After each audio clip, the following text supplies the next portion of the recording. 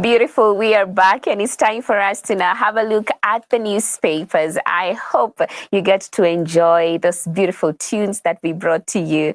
And coming down to the top page of the Daily Nation, the top story here, Ruto, why Gachagua had to go. I mean, these political feuds are still happening, and giving the example of his former deputy, Mr. Rigathi Gachagua, who was recently impeached. The president yesterday said he will send home any members of his Kenya Kwanza government who propagate hate, division, and tribalism. The head of state said all officials and leaders must preach unity and work for every Kenyan. This is a story on page 4 and also 5.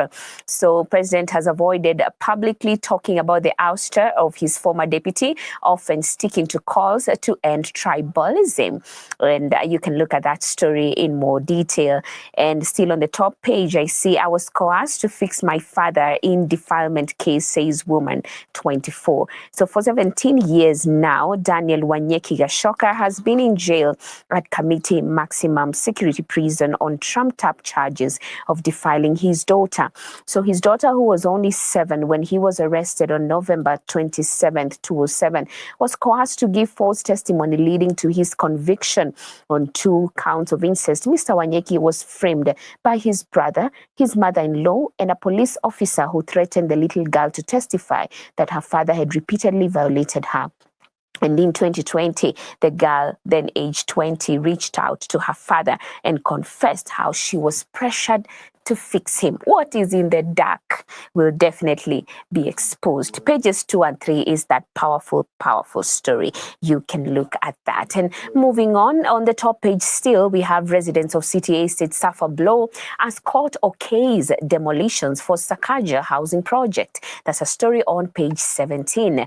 Top story still, Raila pitches camp in West Africa as he campaigns for AUC top job.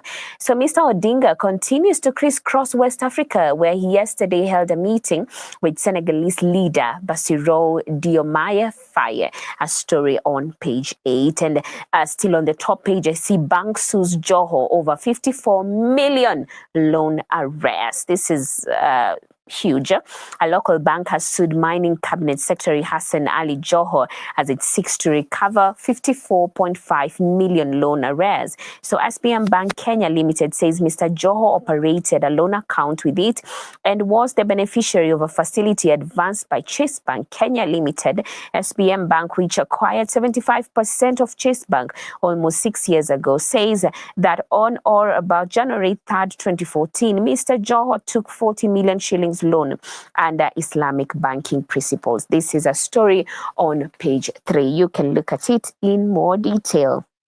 And today we have a very interesting story on the parenting DN2 that actually covers parenting a preterm baby. And this is very, very interesting. I see World Health Organization defines a preterm baby as one that is born alive before 37 weeks of pregnancy, with extreme cases being those born before 28 weeks. And look at that story that is covered on page 1 of the parenting DN2 this day.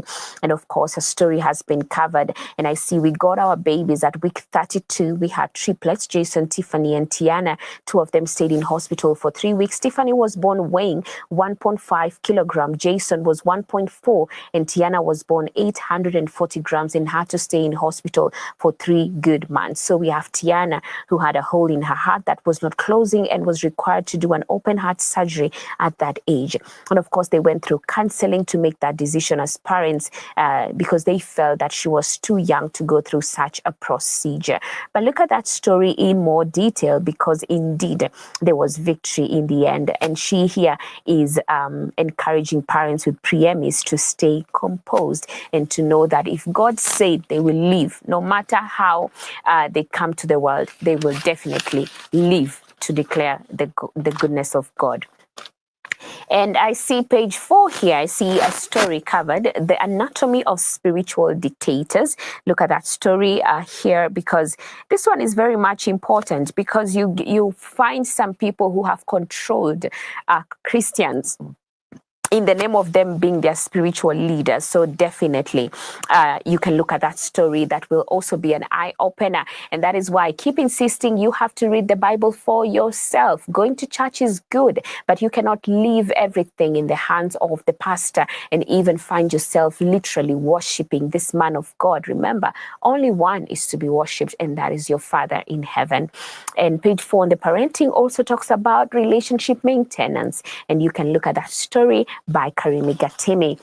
Back page today, renewable energy marvel trapped in U.S. indictment. I see officials are accused of paying bribes of $265 million and misleading U.S. investors. So Adani has nosedived 36%, losing $9.6 billion in market value. And that's a story on the back page. The sports page, 4.5 million shillings, so the maximum monthly wage Thunder players stand to earn. So 8 teams vie in East Conference in Nairobi for 2 spots in 2025 BAL and promising hefty paycheck.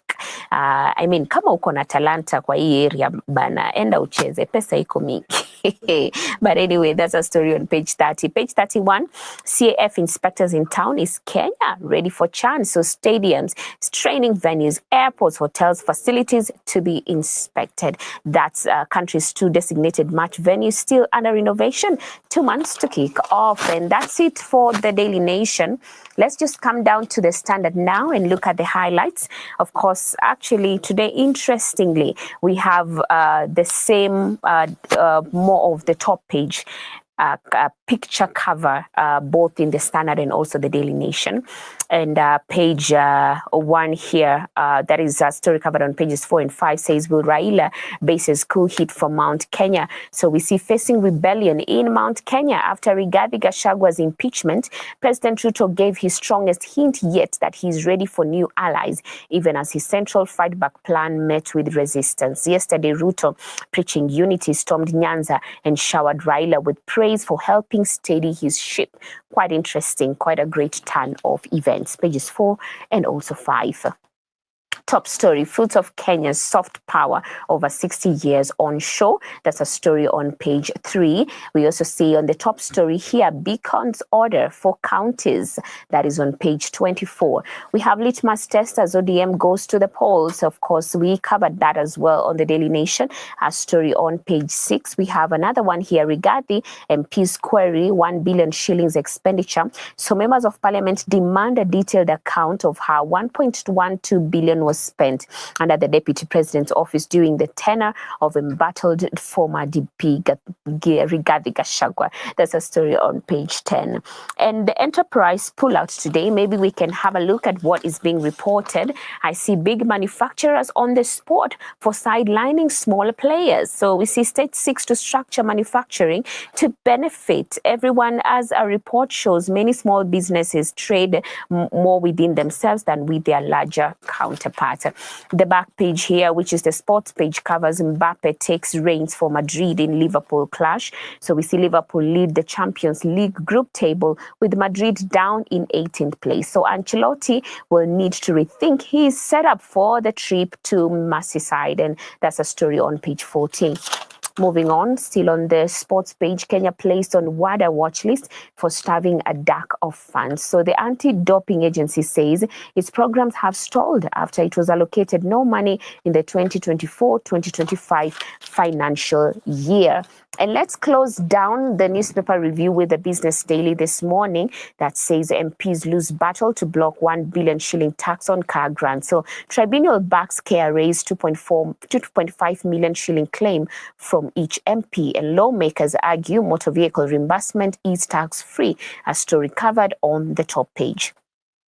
And this is on page 2 as well. So fuel consumption up on declining pump prices. This is a story covered on page 4. Still on the Business Daily, malaria deaths up to 20% has a new report coming. So Kenya has seen a worrying 20% increase in malaria deaths over the past 12 years, underscoring the challenges in controlling the disease, a new report shows. And still on the top page, Airtel Money eyes Naivas stores for expansion. We also have treasury bills keep double-digit returns. The back page, taxation of Kenya's informal businesses should be data-based. Data-guided decisions ensure the government does not tax poverty, making the economic challenges worse. That's a story covered on page 24. And the last word, the greatest thing in this world is not so much where we stand as in what direction we are moving. This is from Johann, a German polymath. That's it for the newspaper review. Grab a copy of your favorite, and also remember, on our Hope FM, we have news updates at the top of every hour. And right here on Hope TV at 7 p.m., we have Dira. At 9 p.m., we have News Watch. So you can definitely catch up with the news as they continue to happen in our country and also beyond. Otherwise, thank you for remaining with me even as I went through the newspapers. Let's keep praying for this nation. I believe that the Lord is in control, and we shall indeed see the salvation of the Lord if we wait and watch and keep praying as well. Let us now have a look at the video of the day.